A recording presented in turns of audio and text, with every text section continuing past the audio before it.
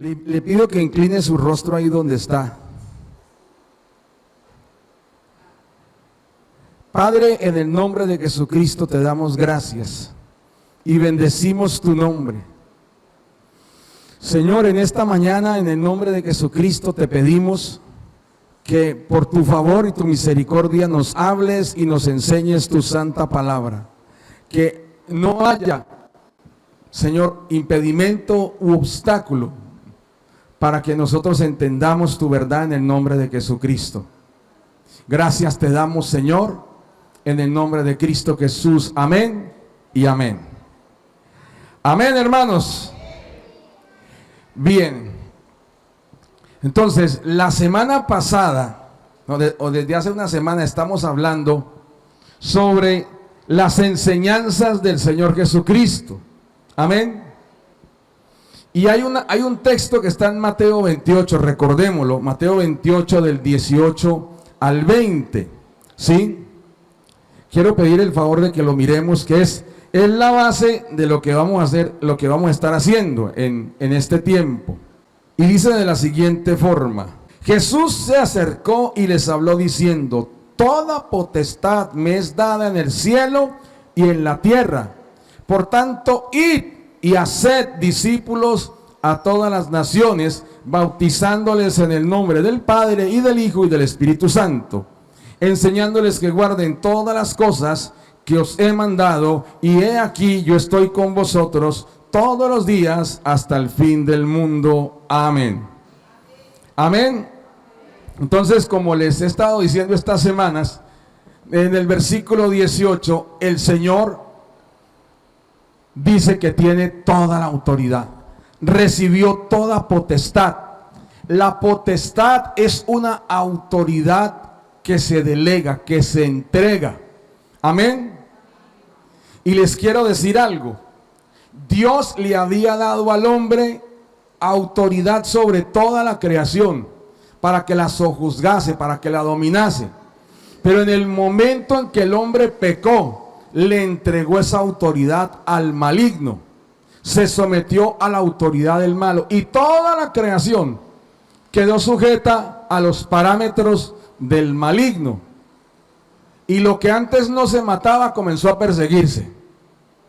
Antes el búfalo y el león se sentaban juntos, y ya después cada uno miraba al otro con deseos de matarlo, y pasaron a la acción.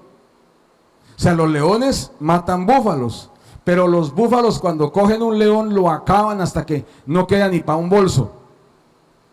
O sea, eso comenzó a pasar.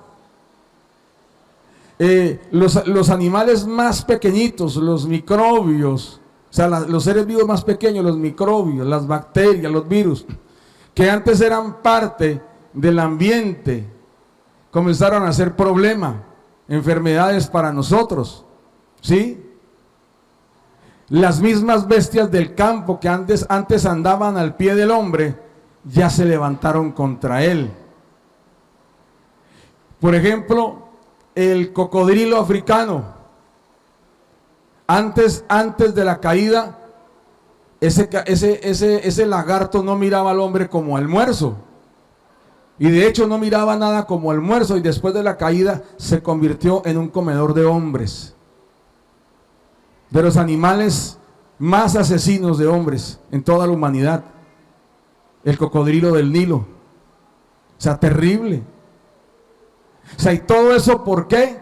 Porque el hombre le entregó al maligno la autoridad, y el hombre se levantó contra el hombre. Amén.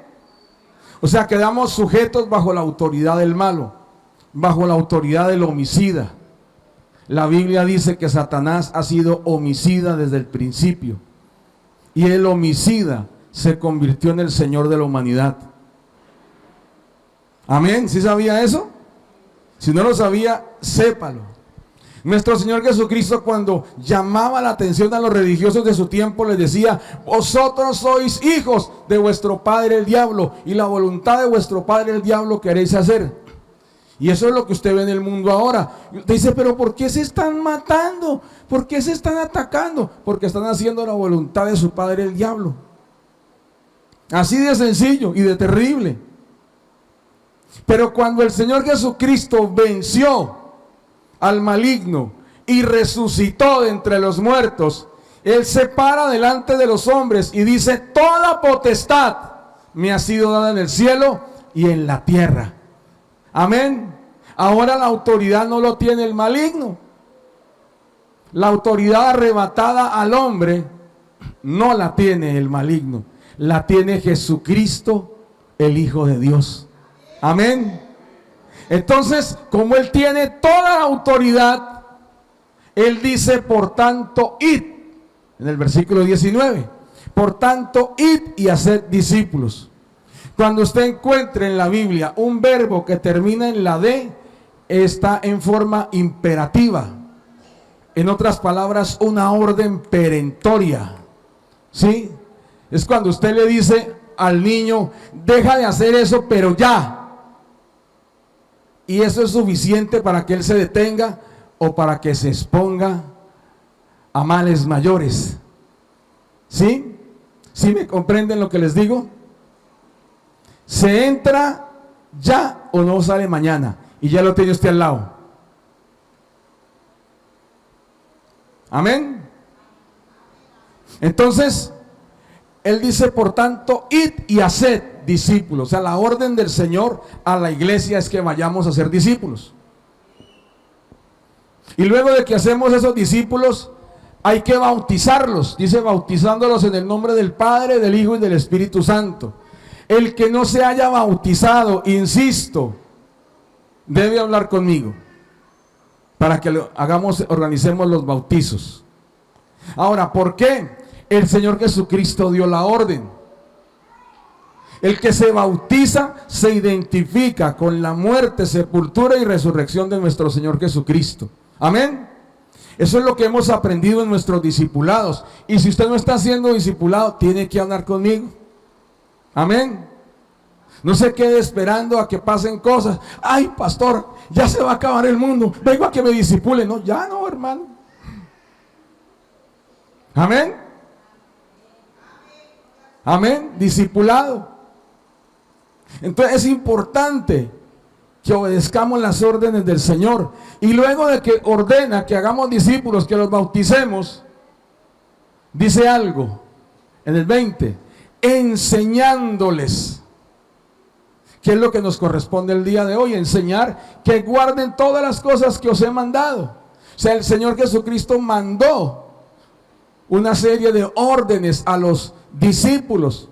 Y entonces le dice: ustedes tienen que enseñar a los nuevos discípulos a que guarden estas cosas. Y lo primero que vimos fue el arrepentimiento. Esa fue la primera orden del Señor. La Biblia dice que el Señor, pasando por alto esta ignorancia, ahora manda a todos los hombres en todo lugar que se arrepientan.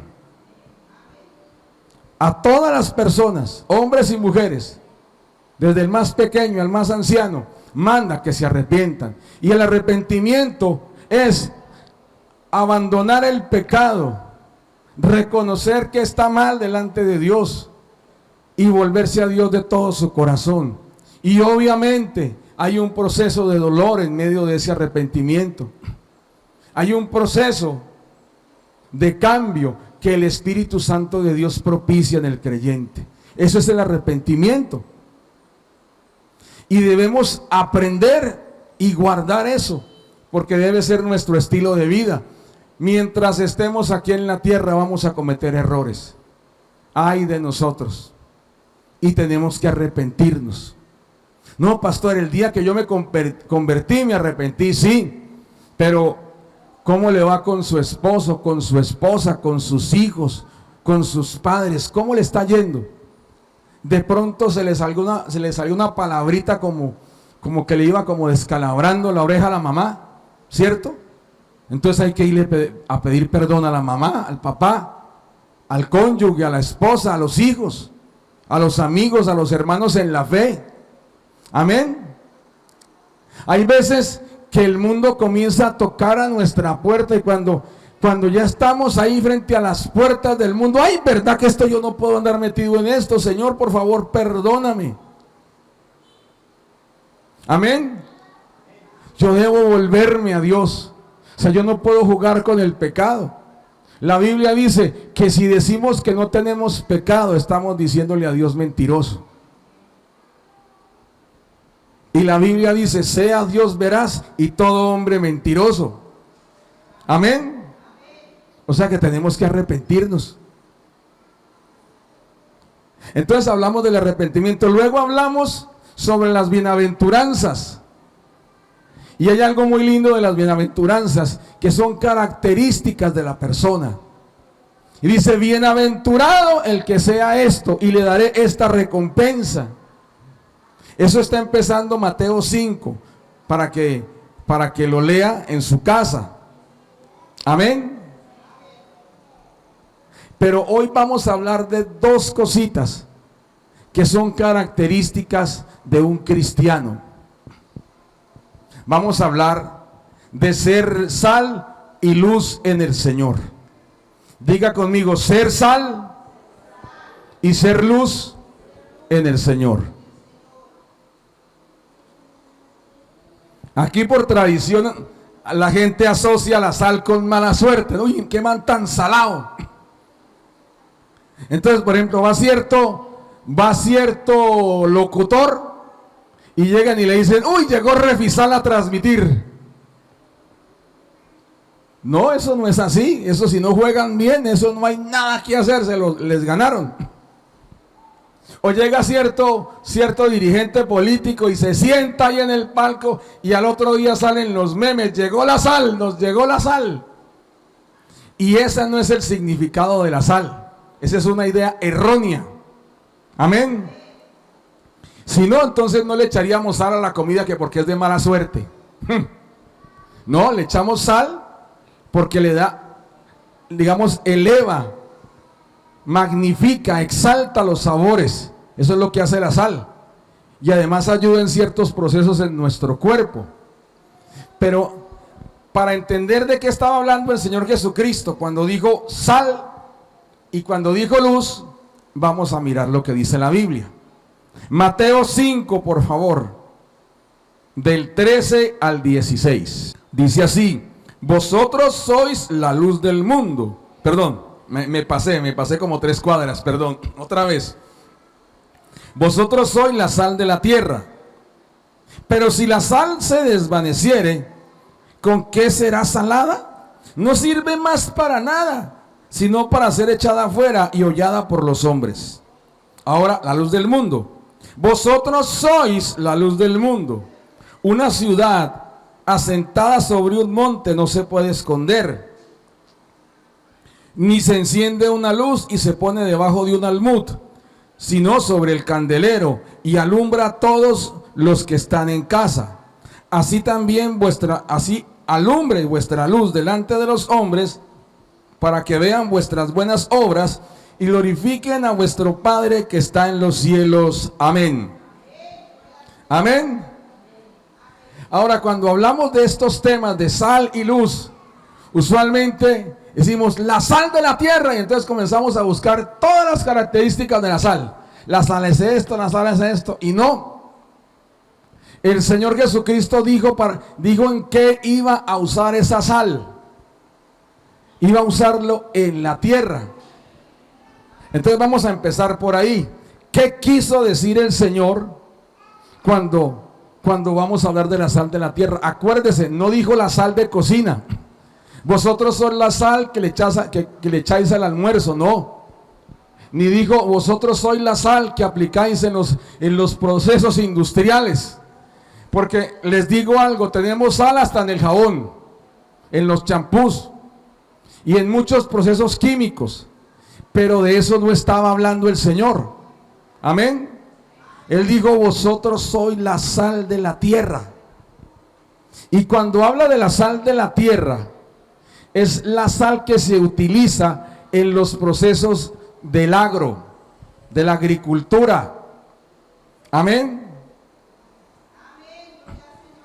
Él está hablando de, en la antigüedad los campesinos preparaban el terreno esparciendo sal, una cierta proporción de sal. No mucha, porque si le echaban mucha, esterilizaban el terreno. Entonces llegaban y echaban sal para preparar los cultivos. O sea, preparaban la tierra para el cultivo. ¿Y qué hacía esa sal cuando la esparcían? Si tenía la proporción correcta. Entonces, esa sal lo que hace es que impide que la tierra se compacte. Impide que, o sea, la tierra coge poros, se comienza a oxigenar. Ayuda también a darle nutrientes que de pronto la tierra no tiene. Amén. Entonces el Señor está comparando a su pueblo con la sal que los campesinos comienzan a esparcir para preparar la tierra de cultivo. Entonces la tierra comienza a volverse algo porosa. O sea, eso no lo notamos, pero comienzan a generarse poros para permitir que las raíces de los cultivos se puedan extender por el terreno de cultivo. También sirve para controlar las malezas. O sea, y por muy mugre y horrible que sea una maleza, son bien cachezudas a la hora de pedir nutrientes. La maleza pide buena tierra, ahí donde la ven. ¿Sí? Si usted ve los delincuentes bien malos, bien malotes, pero piden cosas finas. El celular más caro, la nena más linda, el carro más fino, la moto más costosa, la pinta más elegante. ¿Sí? O sea, viven bien estos sinvergüenzas a costa de los demás. Eso hacen las malezas. Cuando el terreno está listo para el cultivo, comienzan a aparecer oportunistas. Porque dice, el terreno está listo, puedo crecer. La sal evita que aparezcan. Amén. Y también controla las plagas. Y en un ambiente como el de Medio Oriente, o sea, por ejemplo, aquí tenemos calor, pero tenemos humedad y tenemos vegetación, tenemos agua. Usted abre la llave y sale agua. Usted se va unos kilómetros hacia allá y encuentra agua. Hacia el sur, hacia donde usted camina, encuentra agua. Y al menos encuentra una tienda que le vendan agua, pero encuentra agua. En Medio Oriente no. El río queda por allá bien lejos. Los pozos hay que cuidarlos. Casi no hay lagunas. Los lagos grandes, uno que otro es dulce, los demás son salados. Entonces también las plagas son cachezudas. Ellas cuando ven que hay cultivos, dicen, aquí hay comida, y las maticas traen agua para mí. Y la sal les impide a todos esos bichos acercarse, porque la sal les resta humedad a ellos, y ellos aman su humedad. Ellos aman la humedad de sus cuerpos. ¿Qué pasa cuando una plantación de lechugas es atacada por caracoles? A recoger caracoles, a echarlos en baldes y echarles sal. ¿Sí ha visto? Cuando aparecen todo ese pocotón de caracoles, lo que hay que hacer es recogerlos con una pala, echarlos en un balde y echar sal. Suena cruel, pero nos quitamos una plaga de encima. Para eso sirve la sal, controla las plagas. Amén. Entonces, también el Señor Jesucristo hizo una afirmación. ¿Con qué? Dice, pero si la sal se desvaneciere, el versículo 13, pero si la sal se desvaneciere. Estamos hablando de la sal en su justa proporción, ¿sí?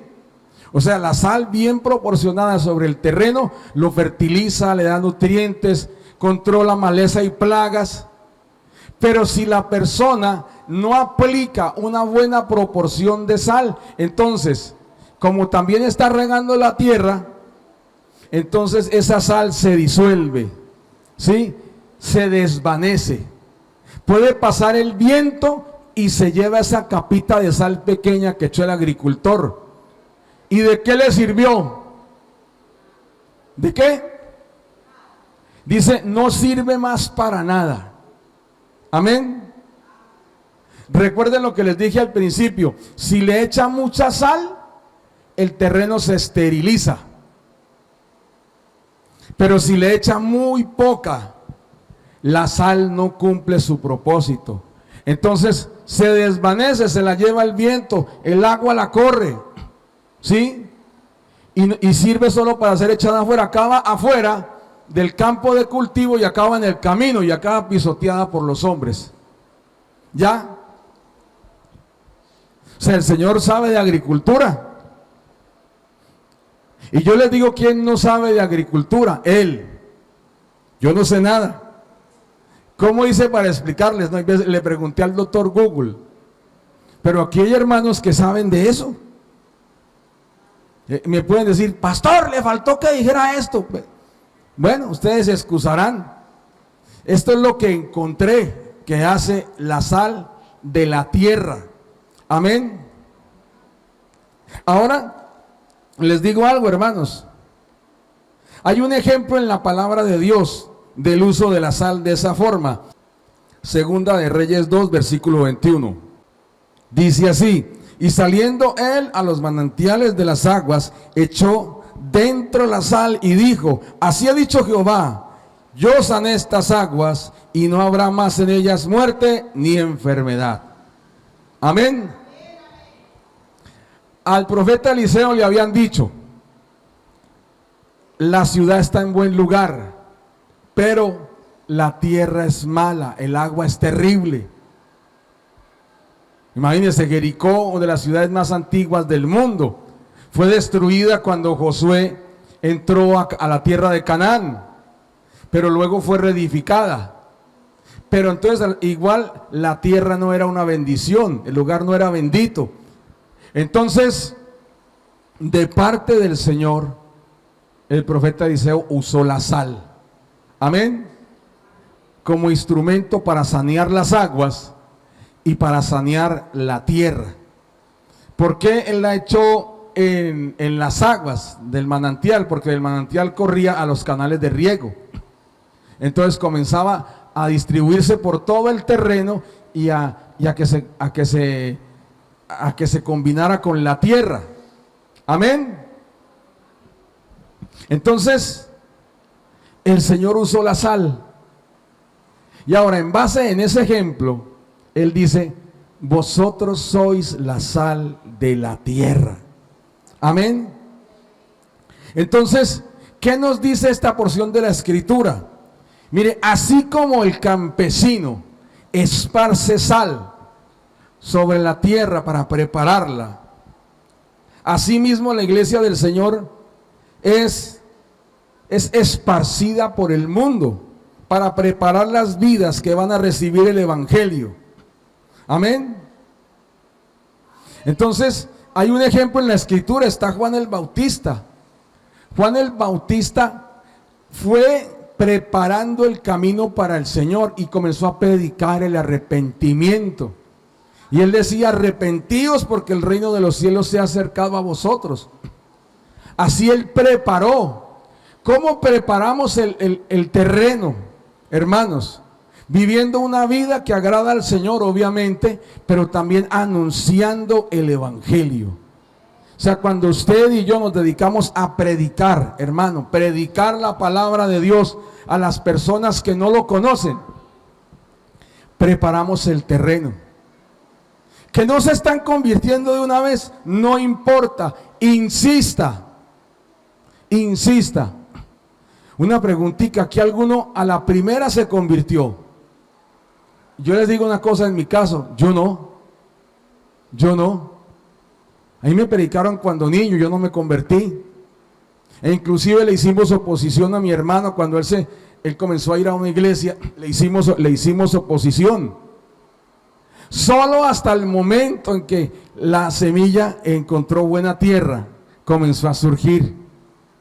Pero tuvo que pasar tiempo. Y en ese tiempo usted y yo debemos predicar el Evangelio. ¿A dónde? En este barrio, a la familia, a los compañeros. de colegio, amigos de toda la vida, a los compañeros de trabajo. Amén. Predicar el evangelio, predica el evangelio, hermano, predica. Así es como usted y yo preparamos el terreno, así es como somos sal. Y hay un detalle con la sal que no se me puede escapar. La sal es pura. La sal contiene características que ayudan a la sanidad, que ayudan a resaltar, que ayudan a preparar. Y comparado con la naturaleza de Jesucristo, nosotros debemos tener esos atributos del Señor en nuestra vida si queremos ser sal. Amén. Comience por entregar su vida a Jesucristo para que sea un instrumento útil en las manos del Señor y sea sal de la tierra. Amén. Ahora, Él está diciendo esto al pueblo que le estaba oyendo y que comenzó escuchando la invitación al arrepentimiento. Primero el arrepentimiento. Luego les dijo cómo debían ser como personas y cómo reaccionar frente a las adversidades de la vida, en la fe. Pero ahora les dice, ahora tienen ustedes que ir a proclamar. Así como la sal se esparce, así los esparzo yo sobre la tierra, para que preparen el camino y los corazones estén preparados para recibir la palabra. Amén. Y asimismo, como esa palabra, o sea, como esa sal, perdón, controla las plagas, las extermina. Asimismo, cuando la iglesia anuncia el evangelio, anuncia el mensaje de salvación, usted y yo nos convertimos en instrumentos de Dios para que la gente se arrepienta y deje su maldad. Amén. Mire, usted quiere, o sea, mire, nosotros nos quejamos de la maldad de los políticos, pero ¿quién va y les predica? ¿Quién va y les predica? Todos los políticos que usted ve por televisión, todos tienen un amigo pastor, todos. Y todos en elecciones van a buscar en las iglesias a pedir votos, todos, sin excepción. Cuando lleguen las elecciones presidenciales y las legislativas, aquí los vamos a ver. O sea, de paso les digo, aquí no tienen permiso de hablarle a ustedes. O sea, no es parte de la política de la iglesia. Pero sí le van a decir, dígale a su pastor, a ver si organiza una reunión y viene. Yo le digo algo, debemos predicarles a ellos si queremos que ellos hagan leyes justas. Amén. Amén, hermanos. Un pastor decía, debemos, antes que politizar el cristianismo, debemos cristianizar los políticos. Amén. Toca, hermanos, que si usted dice, si le dicen voy para el consejo, me da su voto y le dice allá a los amigos de su iglesia, venga, oro por usted y le invito a que conozca a Jesucristo primero. ¿Sí? Amén. Eso hablando de un grupo de personas. También están las que en apariencia no rompen un plato, pero igual no tienen a Cristo. Como diría un predicador, son pecadores con buenos modales, pero igual son pecadores. Mire, yo no sé, aquí raro sería el que me diga, pastor, el Señor me sacó de una pandilla, yo era un cuchillero. Raro sería que aquí hubiera uno así. Realmente la mayoría venimos de hogares donde de pronto hemos tenido problemas, dificultades, pero nada que sea escabroso, por así decirlo. Pero igual no teníamos a Cristo. Amén. Y estábamos en pecado y en iniquidad y en maldad. Así no fuéramos homicidas. La humanidad sin Cristo está perdida. Así no sean matones, así no sean narcotraficantes. Amén. Y solamente la predicación del evangelio por parte de la iglesia es el instrumento de Dios para rescatar las vidas de esa maldad. Así como la sal se usa para acabar las plagas y las malezas. Amén. Amén, hermanos. Mire, así como la sal es usada para controlar las plagas, hermanos, Y hablo de esos bichos que vienen a comerse los cultivos. Asimismo, cuando usted predica el evangelio y la persona cree, Dios le libra del poder de las tinieblas. Dios le libra del poder del maligno. Antes nos libró del pecado, también nos libra del poder de las tinieblas, del maligno. El Señor, que la palabra de Dios dice, y el maligno no nos toca. Amén. Y también dice, y el Dios de paz colocará en breve a Satanás bajo vuestros pies. Amén. O sea, esas son promesas de la Escritura. Sé que hay ataques, hermanos. Y si el pastor está negando que no hay ataques, sí hay ataques.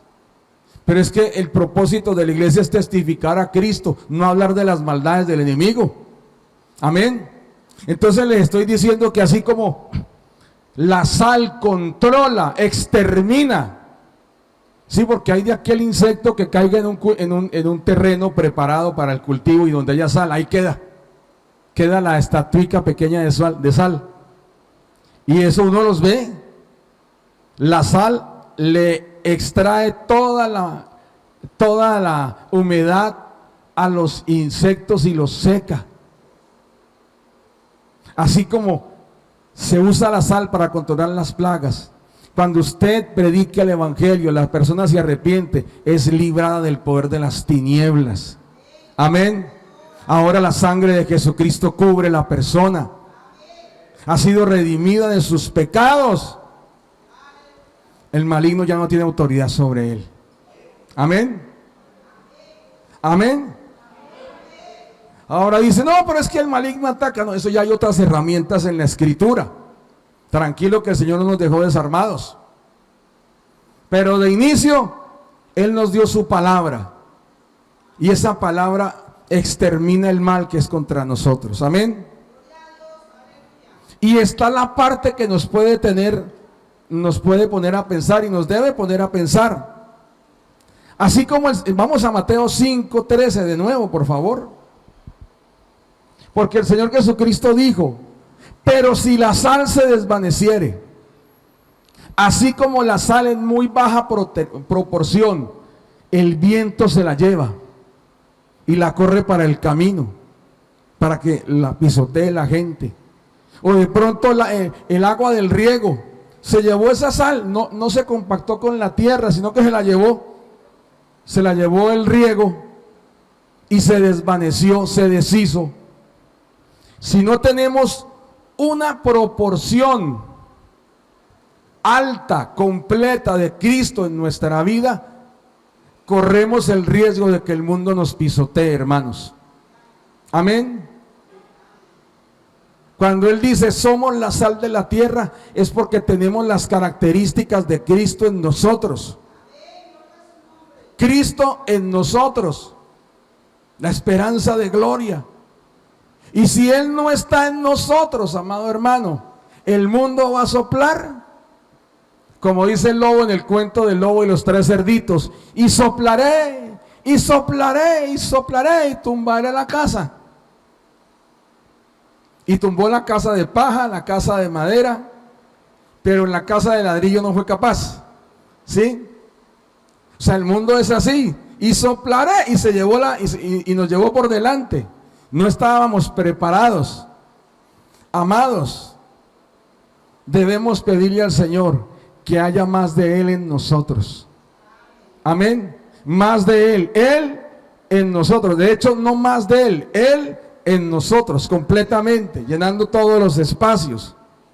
Usted no le puede decir al Señor, Señor, te entrego mi vida, pero esta parte es mía.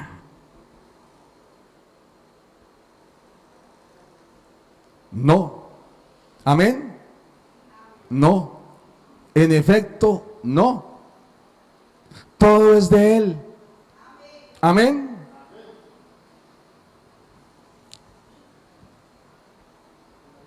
Los que están de novios, por ejemplo, ya hay uno por ahí que me lleva como 3 pasos de ventaja. Espere, ya lo alcanzo. Tiene que colocar el noviazgo en las manos del Señor. ese noviazgo tiene que brillar con la gloria de Dios. Los matrimonios, no, ya nos casamos, ¿ya qué? No, ya que no, Dios tiene que estar ahí. Voy a trabajar y el dinero es mío, no. Dios le dio la fuerza para trabajar, honre a Dios con su trabajo. Dios tiene que estar ahí, mire, con todo estamos dando testimonio.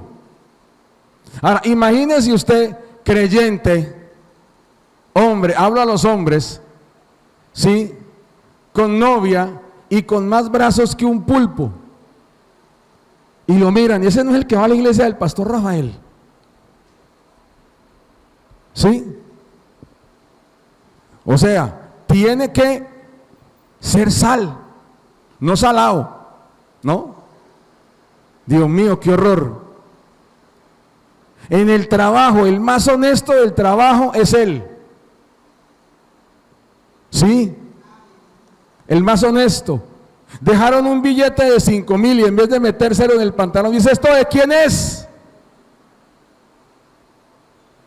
Porque hay gente que dice, las cosas no son del dueño, son del que se las encuentra. Y se lo embolsillan y están todas las cámaras del lugar mirándolo. Y dicen, miren al cristianito. ¿Sí? Y de una vez que saben que es cristiano. O llegan y le dejan la revista pornográfica con la portada. Una obscena portada dirigida hacia su rostro. ¿Usted qué va a hacer? ¿La va a dejar ahí atormentándola? ¿Va a voltearla? Dice, vengan y recojan esta porquería porque yo no leo eso. ¿O va a comenzar a leer?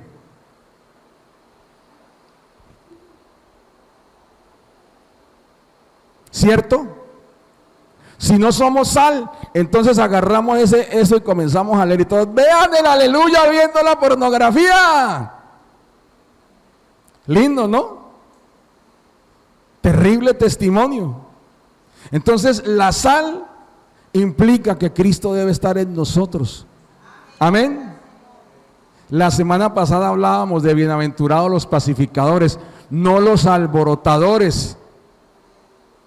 Yo tenía que rogar de rodillas cuando hubo ese par de levantamientos de violencia en el país y pedirle a los jóvenes, por favor no se meta ahí, usted no está para meterse en esas violencias. Somos llamados a ser pacificadores, no alborotadores. El cristiano está llamado a tender puentes, no andar derribando muros, ni quebrando vidrios. Amén. No, pastor, es que si uno no hace las cosas así no pasa nada. No, lo que pasa es que se generan enemistades. Punto. Así de sencillo, pacificadores. ¿Qué está pasando en el mundo? En el mundo hay una división terrible. Y está tan dividido el asunto que ya uno no sabe ni quién es quién. Todos contra todos. Todos contra todos. O sea, ese es un completo desorden a nivel mundial, a nivel moral. Y el cristiano tiene que ser sal en medio de todo eso que está pasando. Amén. De una sola pieza. Y eso tiene la sal, hermano. La sal es de una sola pieza. Cuando la sal la sacan de la tierra es un bloquecito así como traslúcido, entre blanco y traslúcido. Y es de una sola pieza, hermanos, íntegro. Hay que darle golpes para volverlo polvito y que se pueda usar. Amén. Entonces, oremos al Señor y digámosle, ayúdanos a hacer sal de la tierra, por favor. Porque Él sí nos va a esparcir. Amén. Y miramos el otro punto de los versículos 14 al 16, por favor. Vosotros sois la luz del mundo. Amén. El Señor le dice a sus discípulos, vosotros sois la luz del mundo. Y hay algo que dijo aquí es interesante, antes de comenzar a analizar toda esta porción. esa luz va dirigida al mundo, como antes la sal iba dirigida a la tierra, ¿sí? Esta luz va dirigida al mundo. No es esta luz que me ilumina la Biblia o que nos ambienta el lugar, ¿sí? Es prácticamente la luz que se utiliza para iluminar en medio de la oscuridad. Amén. La luz, cuando hablamos de la luz y cuando el Señor Jesucristo dice la luz del mundo, es porque el mundo está en oscuridad. Amén. Y por eso dice, no se oculta, se pone en lo alto para que los ilumine a todos. Amén. Entonces, antes de tener nosotros estos bombillos aquí, antes colocaban los candeleros y lo colocaban en la parte más alta para que pudiera iluminar todo. ¿Cierto? Si la colocaban sobre la mesa, digamos, el ambiente era como medio lúgubre, amarillo, entre amarillo y negro, lo que alcanzaran las velas. Pero cuando la elevaban un poco, iluminaba más el sitio, ¿sí? Y él comparaba la luz con una ciudad. Una ciudad, una fortaleza siempre se hacía en lo alto de la montaña, para controlar los caminos y para que todos la vieran. Amén. Asimismo la luz se coloca sobre lo alto. Y el propósito es hacer evidente las obras de Dios para que Dios sea glorificado. Ese es el propósito. Pero entonces, ¿por qué luz del mundo? Y vamos a mirar Isaías 60, por favor, del 1 al 3. Dice, levántate y resplandece, porque ha venido tu luz y la gloria de Jehová ha venido sobre ti. Porque aquí que tinieblas cubrirán la tierra y oscuridad las naciones, mas sobre ti amanecerá Jehová y sobre ti será vista su gloria. Y andarán las naciones a tu luz y los reyes al resplandor de tu nacimiento. Amén. Bueno, nuestra luz es el Señor. Amén. Nosotros no brillamos con luz propia. La luz nuestra es el Señor. Amén. Y mire lo que dice, vamos a mirar otro texto, Juan 1, del 4 al 5, por favor. Juan, el Evangelio de Juan, más adelantico del de Mateo, el cuarto Evangelio. Dice, en él estaba la vida y la vida era la luz de los hombres. La luz en las tinieblas resplandece y las tinieblas no prevalecieron contra ella. Amén. Y mire lo que dice el versículo 9. Aquella luz verdadera que alumbra a todo hombre venía a este mundo. O sea, Jesús realmente Él es la luz del mundo. Amén. La luz que ilumina a todo hombre. Pero Él comisiona a la iglesia a resplandecer a nombre de Él. Y dice, vosotros sois la luz del mundo. Él es nuestra luz. Y cuando la luz se manifiesta, se refleja a través nuestro, se manifiesta a través nuestro, Él está manifestando las obras de Dios. Sí, las obras que Dios creó de antemano para nosotros. O sea, si nosotros somos buenos, si tenemos buenas obras, eso es obra de Dios, hermano. Amén. Quiero decirle que lo bueno que usted es un regalo de Dios. Y lo malo que usted y yo somos, eso tiene nuestra firma, nuestra autoría. Yo fui. ¿Sí me entienden? Entonces, cuando el Señor quiere que usted y yo seamos la luz del mundo, Él quiere que manifestemos la bondad de Dios a los hombres. Amén. Que esa bondad que usted recibió, usted se la dé a otros. Amén. ¿Recuerdan la semana pasada cuando dijimos, bienaventurados los misericordiosos, porque de ellos tendrán misericordia? Esos misericordiosos son los que han recibido la bondad de Dios. o sea, su iglesia, su pueblo. Y de esa misericordia, de esa bondad, de esa buena obra que recibieron, esa buena obra la deben hacer a favor de los demás. Usted recibió el evangelio, predique el evangelio. Usted recibió oración por sanidad y fue sanado, ore por otro que esté enfermo. Amén. Usted de pronto estuvo triste, desconsolado, y el Señor vino y le dio gozo y paz. Predíquele a alguien que esté triste y desconsolado. Amén. Y resplandezca sobre esa vida. Y compártale del consuelo que Dios le dio. Amén. Estas son las buenas obras. ¿Y cómo tiene que ver una cosa con la otra, hermanos? Amén. Entonces vamos a colocarnos de pie y vamos a pedirle al Señor que nos ayude a hacer sal y ser luz en este tiempo. Amén.